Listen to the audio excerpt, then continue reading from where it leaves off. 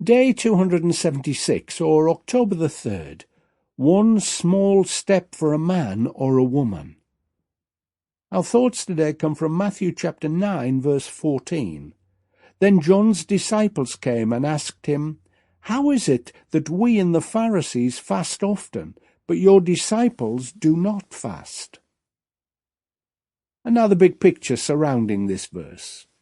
Most of today's actions by Jesus take place once again around the shores of the Sea of Galilee, probably in and around Capernaum, which is right at the top. Today this city is just an archaeological site containing the remains of a first-century synagogue. There is also a house that many believe was the house of Peter, and the place where Jesus healed Peter's mother-in-law, as recorded in Matthew chapter 8, verses 14 to 17.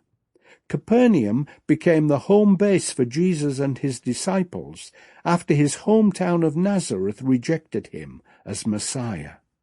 These two cities are very close geographically, but their attitude to Jesus was very different. And now today's action step. I have found over the years that often the world has higher standards for Christians than many Christians have. Words like, "I never thought you would have done that. I thought you were a Christian." Or, "As a Christian, I never thought I would hear you say that."